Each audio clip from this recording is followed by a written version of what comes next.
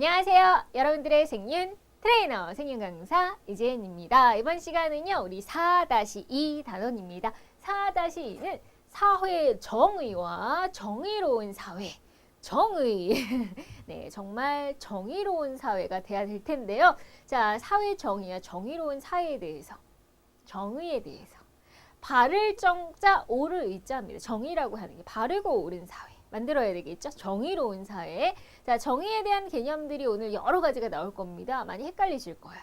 개념이 하도 많이 나와서요. 그래서 이 단어 조금 주의하시면서 들어주시면 좋겠습니다.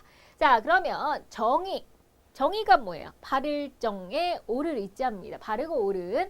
자, 그래서 이것은 개인 간의 올바른 도리, 사회를 구성하고 유지하는 공정한 도리. 정말 바르고 옳은. 정말 당연한 건데요. 그런 도리입니다. 자, 그래서 이 사회가 추구해야 될 가장 핵심적인 기본적인 덕목이다. 이 사회 정의라고 하는 것은 네, 그렇게 살짝 이제 의미를 살펴보고요. 자, 동양에서는 뭐라고 했느냐? 서양에서는 또 뭐라고 했는지를 볼게요. 정의라고 할 때 우리 동양, 특히 유교에서는 천리를 부합하는 인도. 천리를 부합하는.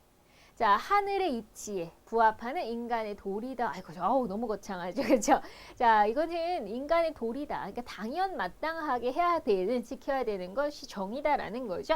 모든 사람들이 따라야 하는 올바른 행동의 기준, 이것이 정의다라고 아주 거창하게 의미를 부여했고요. 자, 이제 서양의 우리 학자들, 서양 특히 고대 그리스의 철학자들은 뭐라고 얘기했냐면 우리 플라톤, 아리스토텔레스가 있어요. 자, 우리 플라톤은요. 우리가 정의라고 하는 게 뭐냐라고 했을 때, 자, 각자 자신이 맡은 걸 열심히 하는 거. 그게 정의래요. 자기가 맡은 바 최선을 다하는 거. 의사는 열심히 환자를 보고요. 뭐 가수는 열심히 노래를 하고요. 네, 학생은 열심히 공부하고요. 네, 이것이 정의래요. 각자 맡은 바 최선을 다하는 것.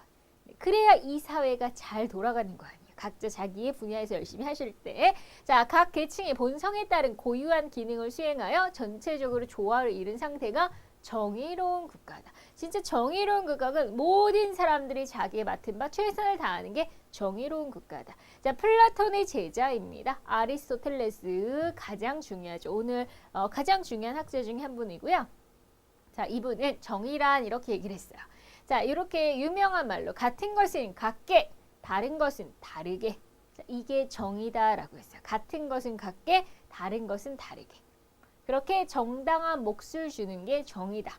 자, 그래서 우리 모든 덕 가운데서도 유일한 것이고요. 자, 우리가 이제 같은 것은 같게, 다른 것은 다르게가 각자에게 정당한 몫을 분배하는 거다라고 했는데, 자, 생각해 보세요. 정의로운 사회라고 했을 때 지금 막 너무 지금 추상적이고 너무 거창한 얘기를 했어요. 자, 얘랑 저랑 친구랑 여러분이랑 똑같이 일을 했습니다. 똑같이 10시간 일을 하신 거예요. 월급을 똑같이 받았어요. 똑같이 했으니까 똑같이 받으니까 같은 것은 같게 했죠. 같은 것은 같게. 똑같이 10시간 똑같이 뭐 10만 원을 받았다. 똑같이 일했으니까 정의롭죠. 근데 똑같이 일했는데 나는 10만 원 주고 얘는 50만 원을 줬다. 그럼 여러분 생각할 때 정의로워요? 이게 뭐야? 하나도 정의롭지 않죠. 아니, 똑같이 했는데 같은 것은 같게 대우해야지 왜 같은데 다르게 대우해요? 자, 그럼 벌써 우리는 이건 정의로운 사회라고 볼 수가 없죠. 그렇죠? 자, 같은 것은 같게, 다른 것은 예를 들면 10시간 일했고 이 친구는 5시간 일을 했어요. 자, 그런데 저는 그래서 10만 원을 받았고 이 친구는 5만 원을 받았습니다. 저보다 절반밖에 일 안 했으니까 반밖에 페이를 못 받은 거죠. 자, 달랐으니까 다르게 대우했어요. 이게 정의롭지 못해요? 똑같이 줘야 되나요? 아니죠. 자, 그러면 이게 정의라는 거예요. 다른 것은 다르게. 근데 제가 10시간 일하고 이 친구가 5시간 일에 똑같이 10만 원을 줬어요. 그럼 또 저 입장에서는 이게 뭐가 정의야 이렇게 얘기를 하겠죠. 아니, 얘는 나보다 덜 일했는데 왜 나랑 똑같이 월급을 받아? 자, 이렇게 되는 거야. 그래서 굉장히 간단한 개념이에요. 같은 것은 같게, 같이 있으면 똑같이 대우하는 거, 다르면 다르게 대우하는 거고. 이게 그만큼 정당한 몫이 제대로 가는 사회가 정의로운 사회다라는 거예요. 이해하시죠? 자, 그래서 각자에게 정당한 몫을 분배하는 게 정의로운 사회다. 이것은 아리스토텔레스가 말했습니다. 그래서 같은 것은 같게, 다른 것은 다르게 대우하는 것이다. 자, 그리고서 이제 조금 더 구체적으로 일반적 정의와 부분적인 정의가 있다. 일반적 정의와 부분적인 정의는 이제 세 개를 얘기해요.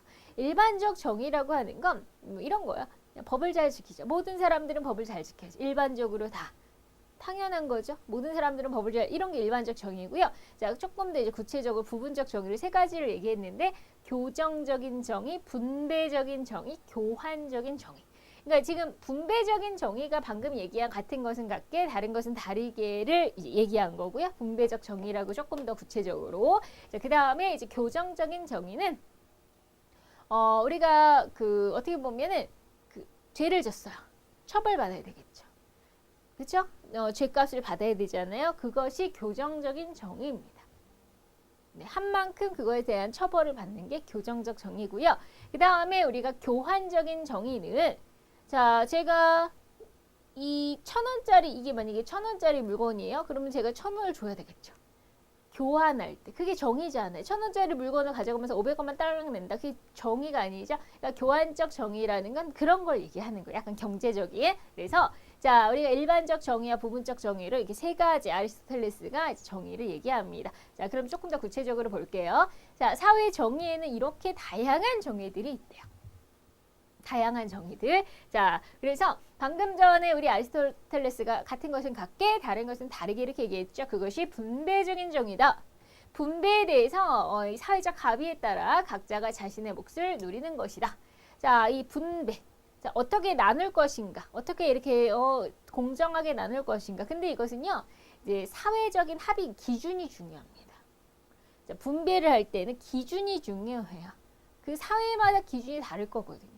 능력에 따라서 나눠주자. 뭐 업적에 따라 나눠주자. 그냥 똑같이 그냥 다 나눠주자. 이렇게 기준. 그래서 이런 기준을 근데 만들려면요, 그 사회의 사람들의 어떤 의견이 중요하겠죠. 그래서 사회적 합의에 따라서 각자가 자신의 몫을 나눠 갖는 그것을 분배적 정의라고 표현했고요. 그 다음에 아까 전에 이제 교정적 정의 얘기해 볼게요. 잘못에 대한 대응이 공정한지. 자, 잘못을 했어요. 그래서 처벌을 받습니다. 잘못을 예를 들면 100을 했어요. 그럼 처벌이 100이에요. 자, 그럼 괜찮죠. 자, 잘못은 1을 했는데 처벌은 10이에요. 빵을 훔쳤어요. 근데 사형을 당해요. 이건 교정적 정의가 아니죠. 대응이 맞지 않잖아요. 그죠? 자, 연쇄살인범이에요. 그런데 벌금 10만 원 내고 나가래요. 이게 죄는 100인데 처벌은 한 1도 안 되는 거죠. 그렇죠? 자, 그러면 이것도 교정적 정의에 어긋난 거죠. 그래서 죄를 지었으면 그 죄값을 받게 하는 게 교정적인 정의라는 거예요. 그래서 자, 잘못에 대한 대응이 공정한지에 대한 정의가 교정적 정의입니다. 자, 그 다음에 우리가 절차적인 정의는 그 과정도 중요하다. 말 그대로 절차도 중요하다. 절차가 공정해야 우리가 결과도 공정해지는 거잖아요. 그래서 공정한 절차를 통해서 발생한 결과는 정당하다. 절차가 공정했다면 결과도 우리가 정당할 것이다. 정의로울 것이다. 이렇게 얘기하는 게 절차적 정의입니다. 제가 지금 1, 3, 5를 먼저 얘기했죠. 그래서 분배, 나눠 갖는 게 분배잖아요. 근데 이제 그 나눠 갖는 건 사회마다 다를 거예요. 공산주의 국가에서는 나누는 걸 다 똑같이 나누자 이럴 거 아니에요. 그리고 자본주의 국가에서는 그 능력에 따라 나눌 거고요. 이렇게 사회마다 기준은 다르다는 거예요. 그래서 사회적 합의가 중요한, 그 사회 합의가 중요한 거고, 교정은 죄값은 그거에 비례해서, 아까 빵을 훔쳤으면 그거에 맞게, 살인을 저질러서 그거에 맞게 죄값을 치러야 된다는 게 교정적 정의고요. 절차적 정의는 과정, 바로 절차가 정의로워야 우리 결과도 정당하다고 볼 수 있다는 거예요. 자, 제가 지금 2, 4번을 얘기를 안 했는데 2, 4번은 서로 반대라고 생각하시면 돼요. 형식적인 정의가 있고 실질적인 정의가 있습니다. 우리가 이것을 평등의 개념에도 대입을 시킬 수 있는데요. 형식적인 평등과 실질적인 평등이 있어요. 형식적인 평등은 누구나 다 똑같이 대우하는 게 형식적 평등이에요. 똑같이. 예를 들면 자, 우리가 1,000만 원 버는 사람이 있고요. 100만 원 버는 사람이 있어요. 그런데 자, 우리는 평등해야 되니까 형식적으로 누구나 다 똑같이 자, 세금 50만 원씩 내. 그런 거야. 100만 원 버는 사람한테 50만 원, 1,000만 원 버는 사람한테 50만 원. 똑같죠. 결과적으로 국민이니까 다 똑같이 50만 원. 자, 이게 형식적 평등. 누구나 다 똑같아야 돼요. 쉽게 얘기하면 n분의 1이라는 개념이에요. n분의 1. 똑같이. 똑같이. 자, 그러면 그런데 이제 사람들이요. 이제 요즘에 와서는 요즘 또 뭐가 대세야? 복지가 대세죠. 자, 이제는 이게 아닌 것 같은데. 아니 100만 원 버는 사람한테 세금 50만 원 받고 1000만 원 버는 사람한테 50만 원 받는 게 과연 이게 정의야? 이런 의문을 갖게 돼요.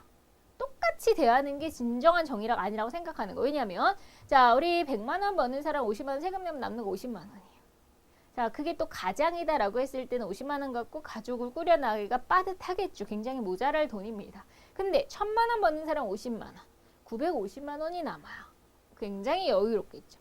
이게 진정한 정의가 아니라 우리가 그것을 좀 약자를 좀 더 배려해야 된다라는 관점. 그러니까 복지 마인드가 들어가요. 그래서 예를 들면 100만 원 버는 사람한테는 세금 한 20만 원만 내. 이렇게 되는 거고요. 그 다음에 우리가 1000만 원 버는 사람한테는 한 300 내. 자, 그래도요. 그래도 이게 차별이 아니고 100만 원 받는 사람이 20만 원 내도 80만 원밖에 없어요. 근데 1000만 원 받는 사람이 300 내면 700만 원 있어요. 그래도 훨씬 이 사람이 낫다는 거죠. 그렇죠? 네, 그리고 이게 진정한 요즘의 평등 아니냐. 이것을 실질적 정의라고 이렇게 얘기를 합니다. 우리가 평등의 개념은 이게 바로 형식적 평등, 실질적 평등. 다 똑같지. 근데 이제 실질적 정의는 사람들 간의 차이가 있지 않느냐. 자, 지금처럼 소득에도 차이가 있고, 자, 이런 걸 고려해서 실질적으로 공평하게 분배하자. 그래서 나온 세금이 우리 누진세죠. 네, 그래서 우리가 소득이 많은 사람이 더 세율이 높아지는 이런 게 이제 누진세입니다. 그런 것들이 이제 실질적 정의를 추구했다라고 볼 수 있고, 누구나 다 똑같이, 다 똑같이만 하는 거, 이것은 형식적 정의라고 얘기를 하는 거예요. 그래서 우리가 정의에도 이렇게 5가지가 있다는 것을 보여드렸습니다. 분배적 정의, 실질적 정의, 그 다음에 교정적, 형식적, 절차적 정의. 네, 정의가 너무 많죠? 그러니까 구별을 잘 해 주십사 하고 말씀드렸습니다. 자, 그러면 우리가 이제 절차적 정의를 했잖아요. 이 절차가 중요하다라고 했는데 2명의 중요한 학자가 나옵니다. 롤스하고 우리 존 롤스하고 그 다음에 우리 노직이에요. 존 롤스와 노직. 자, 그러면 이 롤스의 정의론이라고 얘기할 수 있는데 롤스는요. 자, 중요해요. 꼭 기억하시고요. 자, 롤스는 일단 약자를 배려하는 사람이다라고 기억을 해주세요. 아, 뭐 이게 좀 복지 마인드가 있나 봐, 롤스는. 자, 그래서요. 롤스는요. 자, 이렇게 제1의 원칙과 제2의 원칙을 얘기하는데 여기를 먼저 보실까요? 자, 일단은 제1의 원칙. 누구나 평등하다라고 전제를 달았어요. 누구나 다 인간이면 평등하고 인간이면 평등하다. 자, 우리는 다 평등한 사람들이에요. 다 존중받을 가치가 있는 평등한 사람. 이게 평등 제1의 원칙이에요. 누구나 다 평등하다. 근데 제2의 원칙.